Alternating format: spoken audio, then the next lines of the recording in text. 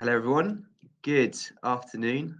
Thank you very much for joining us at this Your Overseas Home webinar. My name is Sebastian Bampton. I'm one of the account managers over here at Your Overseas Home. Today, we're very lucky. We've got Emma from JLCA Lawyers here joining us, and we're going to be talking all about your step-by-step guide to buying safely over in Spain. Emma, I'll pass across to you. Thanks again for being here. I know we've done a couple of these over the years that we've been working with each other. If you wouldn't mind just giving us a quick introduction to yourself and JLCA Lawyers, then we'll pass it back across to the next part of the webinar, if that's okay. No problem at all. Thank you very much, Seb. It's a pleasure always to join in on these webinars. It's lovely to be able to interact with people this way. As I say, we'll just start off with a brief introduction. We are a Spanish legal firm. We've been established for over 25 years, although we do have offices in London, also Miami and Madrid, as well as Alicante, our main office, and also in Colombia. We only practice Spanish law. That is a key point. However, we deal with clients from all over the world. So our main aim is to be able to provide that kind of key service that provides you the level of expertise you need in Spain, but also in a multilingual way in your own language to make sure that everything's crystal clear from start to finish. It's so important when you're dealing with another country. As an aside, we are a multidisciplinary firm. We do cover a lot of extrajudicial work. This is going to be covering residencies, property purchase, inheritances, and so on. But we also do have a full civil and criminal department. So any matters that somebody has, they can come to us and we can offer them solutions. Okay, so obviously we're talking about the buying process in Spain today. I'm just going to run through some of the key points that we always think are very important to have in mind before we look into individual questions. Now, the first thing we would... Sorry, just to jump in, just before we go, I just forgot to mention for everyone listening in, throughout this session, at the bottom right-hand side of the screen, there's a Q&A tab or questions tab. If anyone has any questions about anything that Emma's talked over the next few slides, or any questions throughout this webinar, please feel free to pop them in that chat. We'll try and get around to answering as many of them as possible. But Emma, sorry to steal the thunder. I'll pass back across to you. Just had to get that a bit of housekeeping out of the way. No problem at all. And on top of that, if for any reason we can't get to your question, do please contact me directly. Be more than happy to individually answer questions past the webinar. Okay, so we would always say it is so important to use an independent lawyer when you're purchasing in Spain. Whether you choose ourselves or another firm, independence is so important because we're only interested in your rights, not the rights of the estate agents, the sellers, or any developers involved. It's also really important because there are very big differences between buying in Spain to what you may be used to, in particular the UK, obviously, that we talk about. The processes that we go through, the contracts, the deposits, but also depending on which autonomous region you're buying in Spain, there are differences whether you're buying off plan or whether you're buying a resale property. These all have different taxes. So it's important that we talk about exactly what you want so we can provide you with tailored information that is specific to what you're hoping to achieve. The other thing is your reasons for purchasing. There's lots of reasons to purchase. You might be looking for a holiday home just to enjoy your 90 and 180 days with yourself, your family. You might be thinking of investment, wanting to buy something that you can rent out. Or you may be thinking about coming here to live, in which case we can explore residency options. All of these different things is good to talk about from an early stage so that you can work out exactly the planning that you want and when to do each stage. The only other thing I'd sort of touch on that people ask a great deal is NIE numbers. Now, NIE numbers, they're kind of like your national insurance number in the UK, your tax number in the US. It's a fiscal identification, and it is specifically required for purchasing a property in Spain. You don't need it at the beginning, but you will need it before you're signing for the final purchase. There's lots of different ways that you can obtain the NIE number through Spanish consulates in the country of origin. We can arrange for you through powers of attorney, but each of these different options depends on what fits best for you at the time, but it is an important factor to have. As I say, I didn't really want to talk too much. I'm sure that there's specific questions that people would like to ask. If there is anything you'd like to expand on at any point, do let me know. But Seb, if you'd like to Thank- get started. Yeah, thank you. So thank you for being here. I know we've done a few of these over the years, but also for everyone listening in, your overseas home and JLCA have been working with each other, I think, well, longer than I've been here, so at least 5 or 6 years now, and they've helped countless numbers of clients undertaking similar journeys as what you're looking to do over in Spain, and helping guide them through that process. Obviously, Emma's just showing us a few examples of how they can help ensure that you're protected when you're buying overseas, but also the other components of that buying journey when you're actually living there as well. So Emma, yeah, thanks so much for being here again, and yeah, we'll get around to hopefully answering as many of these questions as possible. For everyone listening in, as I said, as I jumped in when Emma was in the middle of that presentation, at the bottom right hand side of your screen there is a questions tab. Please, type in any questions that you have that you may have. We'll put them towards Emma, and we'll try and get around to as many of them as possible throughout this webinar. We have around sort of 18 to 20 minutes left, and time does fly, so we'll get straight into them. Emma, I suppose a good place to start is, I know you mentioned there about the difference between perhaps buying in the UK or America to the buying process over in Spain. Would you mind just talking us through perhaps what that process looks like from the point where you perhaps find a property to then put down offers, and how long it can normally take from finding a property to actually completing? Yeah, sure. I would normally describe buying in Spain as a 3-stage process. The initial process, once you've found a property of interest, whether this is off plan or resale, the onus would be to place an initial deposit, a holding deposit on the property, with an onus to then progressing to a private purchase contract or a deposit contract shortly afterwards. Now, this is quite a difference to other countries that may not have this deposit part and contracts before you come to the final actual purchasing. Now, the deposit contract is extremely important here in Spain. Firstly, because normally you would pay 10% of the purchase price on signing this contract, minus what you've already paid. But also the clauses that you sign within that contract are binding to notary, which is why it's really important that you have good legal advice to ensure that those clauses are sufficient for your purchase, but also written in a way that protects your interests specifically. During this part, normally we would be doing our due diligence. We would be making sure there's no encumbrances on the properties, making sure everything's correctly registered, checking with local town halls that there's no infractions for nasty surprises later on, and that all the documentation is available for the purchase. Anything that's not there, we would write into that private purchase contract. The idea being, if there is any problem further along, you can cancel that contract and get your money back. It's that layer of protection. And then the final part, which obviously is again very different, is that all purchases here are signed before a public notary.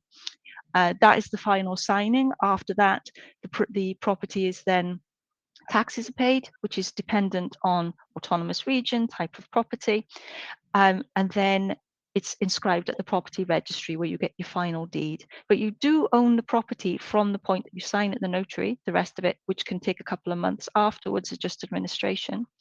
The whole process itself can take anywhere sort of a month and a half to 3 months is fairly typical. It depends on the situation and also agreements between the buyer and the seller as to what works for them. Yeah, thank you, Emma. So I think we've got a question here from Gary, which we've touched on just a moment, but really important to highlight, before signing anything, you have a conversation and make sure that you've spoken to a lawyer. I mean, a big part about what we say at Your Overseas Home is, I think a lot of people naturally gravitate towards, let's find a property first, go across on a viewing trip, and then once you find a property, things can happen relatively quickly, but also paperwork might come towards you to say, let's secure this property, let's pay a deposit. And I know estate agents, of course, would like that to go as quickly as possible to confirm that sale, and they may recommend a lawyer to you in order to facilitate that part of the process. And 9 times out of 10, probably even more, that's completely fine. But we would always suggest having an independent third-party lawyer or representative to ensure that your interests are protected. And I think what Emma mentioned there as well, around making sure that the property is okay, making sure that there are clauses in there that protect you, it is really, really important. So thank you, Emma, for just talking us through those steps and how it differentiates itself from the UK or perhaps America, where some of our listeners may be moving from. We've got a question that came through from Gary around the deposit side of things, Emma. So is that deposit refundable, or is that a clause that you can put in that it is refundable? Do you mind just giving us a bit of insight into about the deposit part of the process? The deposit part is very dependent on the situation. First of all, when you put down a deposit on a property, quite often, or the normal is that it goes to the estate agent that's managing, and then they will be holding for you. Now, you can sometimes those will make specific arrangements with you that if within a short period you don't go forward and sign the next part, that they will refund all of that or part of it to you. It depends. It can be a case where it's non-refundable, and in these cases it's sort of that you have to look at it from the seller's point of view, is that while you're making that decision, while you're looking around, they are losing the opportunity to sell it to anybody else, so it's kind of a compensation. It's well worth discussing if you're with an estate agent, if they can refund it to you or partially, depending on the situation. But the idea normally is that you will go very quickly to the private purchase contract afterwards. Okay, thank you, Emma. Thanks, Gary. Great question. We also had a question from Jonathan asking, is the deposit refundable as well? So yeah, thanks again for answering that. I suppose with that deposit, I mean, generally speaking, how much should someone be paying for a deposit? Is there a set amount over there, or does it kind of vary from property to property? It varies between regions. Okay. As well as property types, very typically anywhere between 3,000 and 6,000, depending on the value of the property. For higher value properties, sometimes a larger deposit is asked for. Typically, the most common is around 3,000 to 6,000 that we see. But as I say, it varies on the property depending on where it is and the value of the property. Okay, brilliant. So yeah, okay, you can budget around 3,000 to 6,000. That's useful. Gary's actually just sent across a follow-up question to his initial question around the deposit. Gary says, but what if something crops up, in the due diligence, perhaps the lawyer processes that then leads to the actual buyer looking to pull out. So does the due diligence happen before people normally pay the deposit, or is that perhaps something that is done afterwards, and then you have the option to pull out of the process then?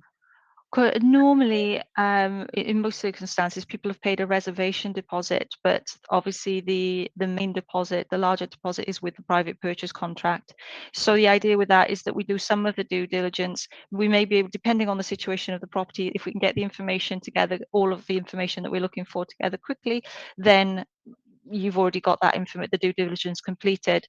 More often than not, there's still a few things that we're waiting for, and that's the purpose of putting it into the deposit contract. Because if they may say, yes, you can have this document, but it's going to take a week or two to arrive. We write it in, we aren't able, or there's something wrong, we can then terminate the contract and get that 10% back. Okay, gotcha. Okay, so yeah, I suppose if there's a lag, then you can write it in into the agreement and get the funds back, which makes no sense. I know you mentioned there about the reservation deposit, then perhaps the signing of the next part of the buying journey, and the main deposit coming across. Once that signing's taken place and so the deposit has been paid, generally speaking, on average, I know it can vary, but how long does it normally take to actually then complete and have the keys to the new property? As I say, it can be a month and a half to 3 months typically, depending on Okay. the situation. If there's something more complicated, if there are mortgages involved, obviously there's more to organise for a final signing. And again, there may be specific agreements between the buyer and seller to make it go a little further. But most typically, it's done within that time. So relatively quickly, we would say. Yeah. So it sounds like you can do it quickly, but I know there's always hold-ups, and there perhaps is other factors at play which could influence the timeline. But yeah, between a month and a half to 3 months on average. Fingers crossed for everyone listening in. And we only touched on it in the presentation, but also just then around taxes, regional taxes. Are there any other sort of regional differences in the buying process that people should be aware of, apart from the tax aspect of it? Is there anything else that perhaps people should know buying from different regions in Spain? To be honest, it's the tax implications that vary between the autonomous regions. For example, with resale properties, if you're buying in Barcelona, Comunidad Valenciana, Alicante, Mm, Valencia, then the resale is 10%. If you go to Andalusia, it would be 7%. But then again, you may find that in general, your buying power goes a bit further in the Alicante region than it would in Andalusia for the same property. So these things sort of balance themselves out. It's more important, I think, for people to find the place that speaks to them, mm. the place that they like the best, and then finding the right property for them in those regions. But all of the rest of the processes, we do cover the whole of Spain, including the Balearic Islands and the Canary Islands. Um, the rest of the process is the same, but the tax applications is different. That's all, just on the final taxes. Yeah. Okay. Brilliant. I mean, I think what you said earlier as well. Understanding why someone is looking to purchase, whether they're relocating or it's a holiday home. You can then dive into a little bit more about perhaps different regions as well, and what someone's looking to actually achieve out of their investment or property purchase overseas as well. We have a few questions coming in now. Some great questions in there that we'll get round to answering. I know, as you said, there's a lot of different variables to this question. But on average, how much should one budget for the additional fees on top of the actual property value? And also, in tied into that, how much is it normally to solicit a lawyer to the process? Well, again, lots of people say, "I'll just put a percentage on it," Mm, and I don't like to do that for exactly that reason that I've mentioned. You're looking at 10% in Alicante. You're looking at 7% in Andalusia. You are looking at 6.5% in the Canaries, just for your tax. So yeah. any percentages are not quite going to be correct when you're putting them in. Our preference tends to be, what are you looking for, which regions? And again, actually, I didn't mention so much before, but I touched on, if you're buying off plan or if you're buying resale, the tax applications are different as well. So when you add up all these things together, our preference tends to be to have a chat with people about what they're specifically looking for, which region, and then we can make a basis of what the notary and registry fees are going to be, what the taxes are going to be. And then obviously, if they're having a mortgage, this makes changes as well. There's two notary signings that have to be done, and the mortgage itself is notarized and inscribed here in Spain. So you've got additional costs there, which are partially included within your mortgage offer, but change that percentage that you're looking at. So our advice always, talk to us about what you're looking to do. We can give you the information, and then we can give you a breakdown of roughly what you're looking for specifically to the area and type of property that you're wanting to buy. Yeah, solid advice. I think it's I think a lot of people, let's find a property first. I completely understand why, but in reality, you need to understand how much you need to budget for the additional parts of the buying journey. Whether it's a mortgage, you need to understand if you're eligible to borrow over in Spain and how much. On the other side of that, perhaps the tax implications or perhaps the additional fees involved. To understand if it's affordable for you for the type of properties you're looking for, and that's why we host these webinars as well, to connect you to Emma and JLCA, so you can have that conversation with them about your unique and individual requirements, where they can talk through the regional taxes that are involved, but also how much you need to budget for future property purchase and the plans for them. So have that conversation and understand about your own individual requirements would definitely be something that we would advise to do before coming across and viewing properties, especially. Now we've got a question on taxes again, and I know these tax questions come through fairly consistently, and there was a big topic around tax, I think earlier on in the year, from President Sanchez, I believe, Emma, around 100% tax hikes for non-Spanish residents or citizens who are looking to invest in property. First of all, have I got the president's name right? But secondly, is that something that is in the works? Is it still happening? Is there any more news on that side of things at all?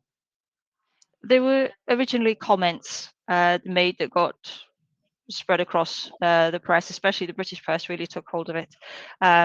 It's it's comments that he made, numbers that were just thrown around. In order for any change to be made, it has to go through the parliament here in Spain. And at this point, we haven't got a proposal to go through. And anything that he suggested would be highly opposed in Spain, for one thing. And also with the European courts would likely to be oppose anything as strong as he suggested.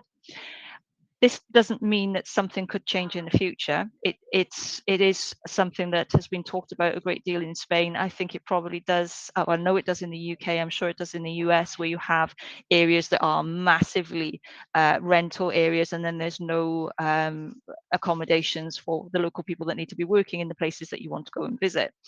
So it's a topic that may well come up, and there may be a change in taxes, but what that might be, it's certainly not expected to be anything like was suggested in those initial comments, and it's not something that's actually been proposed and have figures that we could work with at this point, and would take a while to come through. Yeah. Yeah, thank you. And I say, Chris, great question. And yeah, fingers crossed that never happens. But if it is something that perhaps is in the works, it will take some time to progress. But yeah, we'll keep in touch and try and research this as well. And if there's any developments that we find, of course, we'll let everyone that's working with or dealing with your overseas home know as well in due course. But yeah, fingers crossed that we don't get to that point. We've got a question here from Ivan around short-term rentals, perhaps. So maybe not something that JLCA can potentially help with, but is it common for perhaps people to come across rent for a short period of time while they're looking to buy properties? And is that something that you would advise, Emma? It's you can rent while you're looking for property. There's no problem to do that as long as you remain within your 90 and 180 days. You can rent and be looking for property. You can rent and be doing what you like during your holiday times. There's no issue with doing that. There are some people that, to say, I would certainly encourage people to find an area that they really like, and spending some time here does allow you to do that. Sometimes you just know as soon as you find a place. It depends on the person. If you're talking in terms of whether you could be resident here first. If you decided to become resident, you don't have to own a property, and you can rent here while you're looking for a property, but obviously you wouldn't be bound within the 19 180 days. Then it would be a new set of rules. There is no one correct way of doing it. It is what works for you. Yeah, I think you're right. And I know, I mean, you've done it yourself as well. So you've been there, done that. But yeah, I think, yeah, why not? If you're unsure about perhaps about an area, why not perhaps have a short-term rental before committing yourself to such a large purchase of a property investment? We've got a question here from Jonathan, and we're going back to the survey part of the process. So obviously in the UK, you get a survey of the property before you commit yourself. Is that survey mandatory over in Spain? Is it something that JLCA can offer your clients, Emma? And also, when does that normally happen? Is it before any of the reservation deposits being paid? When does the survey come into the equation? Well, the survey doesn't normally come into the situation the same way that you would be used to. It is a difference in that the due diligence is all based on the actual paperwork legalization and the actual legal situation of the property when you're purchasing. A lot of the time, depending on the age of the property, sometimes they've already got building guarantees and such for the newer properties that are in place covering for further issues. Obviously, where you're purchasing with a property that's part of a community, if there's any issues, normally these would be flagged up within that for you to be aware of. However, if you want to have a survey, and quite often it is a good idea depending on the age of the property, and if you've seen something that you're not sure of, arranging one is no problem whatsoever. It is just a case of, it would be that you would be paying for the architect's report, and we would need to build in that this is a requirement, that everything is okay before completing. And then we would just arrange for the architect, a local architect that is suitably qualified, to be able to go in and do that report for you. I've seen that quite frequently, where we've had it written into the deposit contract that there's subject to that survey being all okay to complete, and obviously you'd be able to terminate the contract if something really untoward came out. Yeah. Okay, great. And I suppose, Emma, that note, you have contacts and connections with surveyors over there that you could recommend as well. Absolutely, absolutely. Yeah. Brilliant. Okay, great stuff. And if we've got some more questions, some of them are quite specific to individual requirements, but we'll try and make them as generic as possible while answering your question. We've got one here from Gary, and Gary asks, are you able to recommend a bank or a company such as Smart Currency Exchange to purchase a property? Gary mentions, as from the time of deposit to completion can take, as we said, anywhere from a month to 3 months or perhaps even longer. So is it, when actually it gets down to it, moving the currency, moving funds to Spain into euros, what does that process normally look like? Is it something that you help with, and where are those funds deposited? In terms of purchase, normally the initial deposits can be paid by transfer from the country of origin, and using a currency exchange firm like Smart is a very good idea in doing so. We would normally recommend opening a Spanish bank account for completing for a number of different reasons, which again you can use then your currency transfer firm to send money into your own account. Firstly, it gives you more transparency, because then all of the final amounts and taxes are going to be paid from your own Spanish account. It's still quite common here in Spain for the final signing to be done with a bank order directly from your bank. It's a very secure way of being able to confirm payment and receipt on the day of signing at the notary. It is possible to do by transfers, but you're always adding in a question mark when there are foreign transfers, as in, will the money be sent and received on the same day so that the notary can sign? So this can eliminate the problem. It doesn't mean that you have to 100%, but it can make your life a lot easier. And obviously then you can also set up, well, part of our services would be after the purchase to set up all your direct debits for your utilities from your own Spanish account. So it's a recommendation, we would say, to make your life a lot easier, and certainly in managing the property, it's not an absolute requisite. Okay.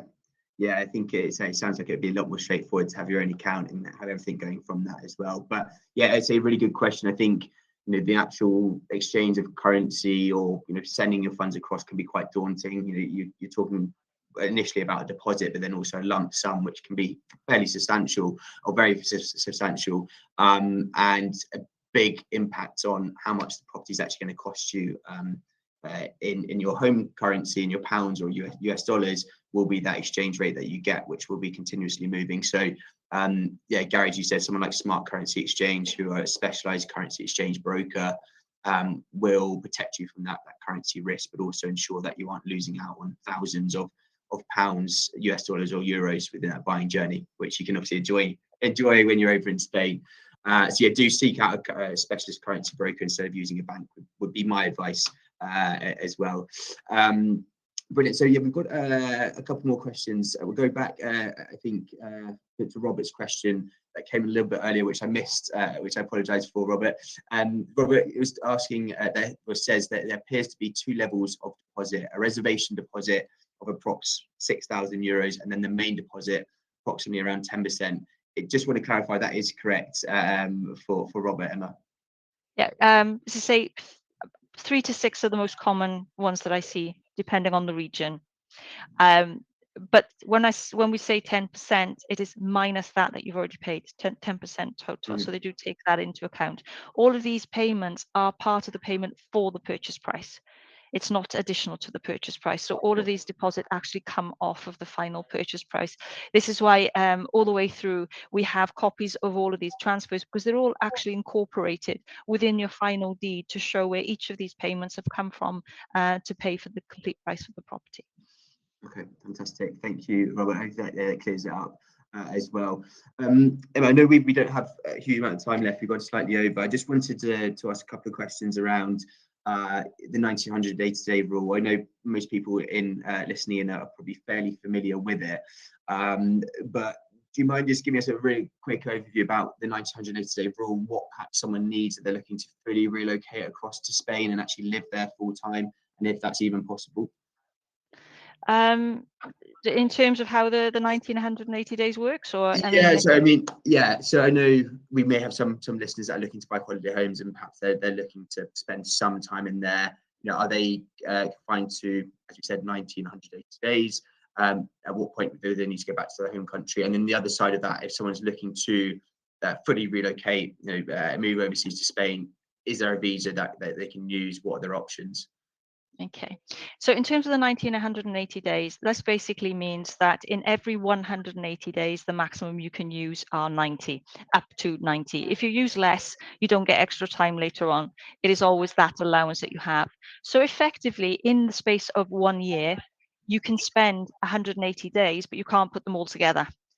They have to be separated within them. This, for most people, if you're just using for holidays, some long weekends, this can work out perfectly well. It's just important to keep track of those. And there's quite a lot of online trackers that you can use and put your dates in so that you know exactly where you are and you don't overstay. However, for some people, this doesn't work. It isn't quite enough. And where they're wanting to spend maybe 5 months or 6 months of the year together, then that isn't allowed for under the Schengen rules. That's when you would have a look at residency. Now, residency, you've got to look at the flip side, because you are going to need to be in Spain for a minimum of 183 days, in actual fact, for most 185 days to be able to do renewals. So that means, most of your year will be spent here in Spain instead of the UK. So if that works for you, then there are several options to explore. The most common is where people have come over here to retire, early retirement, because they've got savings and income that they want to live off of. The non-lucrative visa is a great way to do that.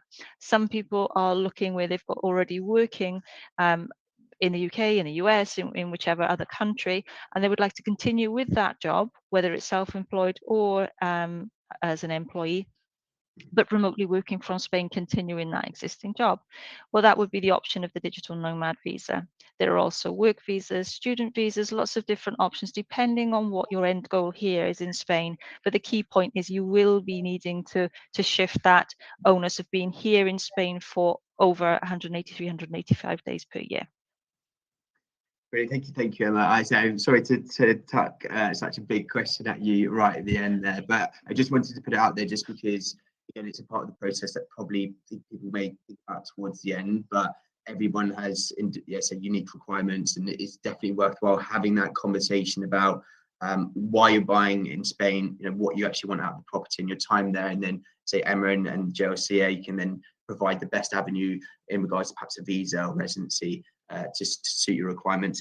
Unfortunately, we have run out of time on this webinar. I know there's loads and loads of questions that we probably still need to get through and answer. On the front of your screens, there should be a contact page for JLCA. If you scan that QR code with your phones, you will be able to book an appointment with Emma and the team at JLCA to have a conversation with them, just to understand what requirements you have, but also perhaps the next steps on how they can support you buying overseas. And I really would advise you, if you are seriously looking to buy in Spain, please do take Emma and the team up on that opportunity. Emma, thank you so much for being here. As always, it's been great to have you here speaking and answering all our questions. Really appreciate your time throughout this topic. We will share the details across with everyone listening in so they can get in contact. But yes, please do get in touch with that QR code. If also you have found this useful, I know Emma and I would really appreciate it if you could leave us a Trustpilot review.